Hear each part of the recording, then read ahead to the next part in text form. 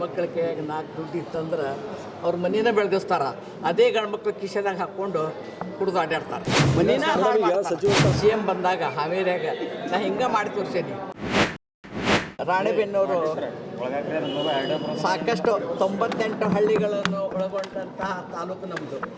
ಈ ತಾಲೂಕಿನಲ್ಲಿ ಎಲ್ಲದರಲ್ಲಿ ಸಮೃದ್ಧಿಯಾಗಿ ಮೊದಲೇ ಮನುಷ್ಯನಿಗೆ ನೀರು, ಆಮೇಲೆ ಸೂರು, ಆಮೇಲೆ ಉದ್ಯೋಗ, ಇಷ್ಟೆಲ್ಲ ಮಾಡೋದಕ್ಕೆ ಕಾರಣೀಕರ್ತರಾದಂಥ ನಾವಾತು ಅವರಾತು ಎಲ್ಲರೂ ಕೂಡಿ ಈ ಹೆಣ್ಮಕ್ಳಿಗೆ ಕನಿಷ್ಠ ಒಂದು 60,000 ರಿಂದ 80,000 ರೂಪಾಯಿ ದುಡಿಯುವಷ್ಟು ಒಂದು ತಿಂಗಳಿಗೆ ಆ ಉದ್ಯೋಗವನ್ನು ಸೃಷ್ಟಿ ಮಾಡಿಕೊಂಡು ಸೆಂಟ್ರಲ್ ಗೌರ್ಮೆಂಟ್ಗೆ ಹೋಗಿ ಅಲ್ಲಿಂದ ಸ್ಟೇಟ್ ಗೌರ್ಮೆಂಟಿಂದ ಸ್ವಲ್ಪ ಅನುದಾನ ತೊಗೊಂಡು ಉಳಿದದ್ದೆಲ್ಲ ಹಾಕಿ ಅವರಿಗೆಲ್ಲ ನಾವು ಮಾಡ್ತಾಯಿದ್ದೀವಿ.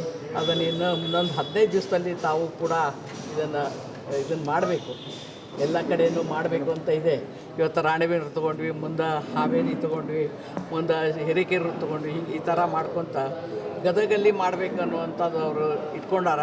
ಅದನ್ನು ನಾವು ಮಾಡೋಕ್ಕೆ ತಯಾರಾಕೀವಿ. ಯಾಕಂದರೆ ಹೆಣ್ಮಕ್ಳಿಗೆ 4 ದುಡ್ಡು ಇತ್ತಂದ್ರೆ ಅವ್ರ ಮನೇನ ಬೆಳಗಿಸ್ತಾರ.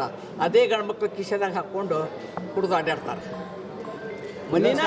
ಸಚಿವ ಸ್ಥಾನಕ್ಕೆ ಬರೀ ಅಭಿವೃದ್ಧಿ ಒಂದೇ ಮಾನದಂಡ ಆಗೋದಿಲ್ಲ, ಜಾತಿ ಲೆಕ್ಕಾಚಾರ ಹೊರತುಪಡಿಸಂತೆ ಬೇರೆ ಬೇರೆ ಲೆಕ್ಕಾಚಾರಗಳನ್ನು ಕೂಡ ಹಾಕ್ತಾರೆ.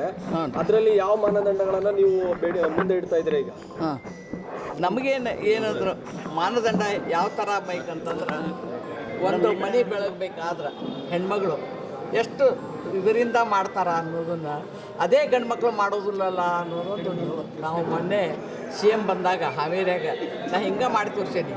ನೀವೇನು ಕುಡಿಯೋದು ಬಿಡಿಸ್ತೀರೋ ಅಥವಾ ಮನೆ ಹಾಳು ಮಾಡ್ತೀರೋ ಹಿಂಗೆ ಕೇಳಿದೆ ನಾನು. ಇಲ್ಲ ಕಣಮ್ಮ, ನಾನು ಎಷ್ಟೋ ಕಂಟ್ರೋಲ್ ಮಾಡ್ತೀನಿ, ಆಗ್ತಾಯಿಲ್ಲ.